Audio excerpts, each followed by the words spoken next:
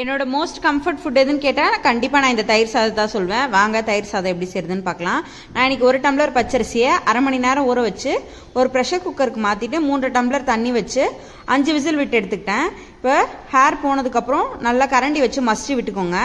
இப்போ இது கூடவே காய்ச்சி ஆற வச்ச 1 டம்ளர் பால், 1.5 கப் அளவு தயிர், தேவையான அளவு உப்பு சேர்த்து இதெல்லாம் நல்லா ஒரு டைம் மிக்ஸ் பண்ணி விட்டுக்கோங்க. அடுத்து இதுக்கு தாளிப்பு ரெடி பண்ணிடலாம். ஒரு கடாயில் கொஞ்சமாக எண்ணெய் சேர்த்து சூடானதுக்கப்புறம் 1 டீஸ்பூன் உளுந்து, 1/2 டீஸ்பூன் கடலைப்பருப்பு, கடுகு, பச்சை மிளகாய், இஞ்சி, ஒரு கொத்து கருவேப்பிலையில, கொஞ்சமாக பெருங்காயத்தூள், 2 வரமிளகாய் இதெல்லாம் சேர்த்து லைட்டாக ஒரு டைம் வறுத்து விட்டு இந்த தயிர் சாதத்தோடு மிக்ஸ் பண்ணிவிடுங்க. மிக்ஸ் பண்ணி நல்லா ஒரு டைம் கலந்து விட்டு கடைசியாக உப்பு செக் பண்ணிக்கோங்க. ஃபைனலாக நம்ம பொடியை நறுக்கின கொத்தமல்லியும் மாதுளப்பழத்தையும் சேர்த்துக்கலாம். உங்களுக்கு கேரட் வேணும்னா நீங்கள் கேரட் கூட சேர்த்துக்கலாம். சேர்த்து ஒரு டைம் மிக்ஸ் பண்ணி விட்டால் ஒரு சூப்பரான அல்டிமேட் தயிர் சாதம் ரெடி. உங்களோட கம்ஃபர்ட் ஃபுட் எதுன்னு மறக்காமல் கமெண்ட் பண்ணுங்கள்.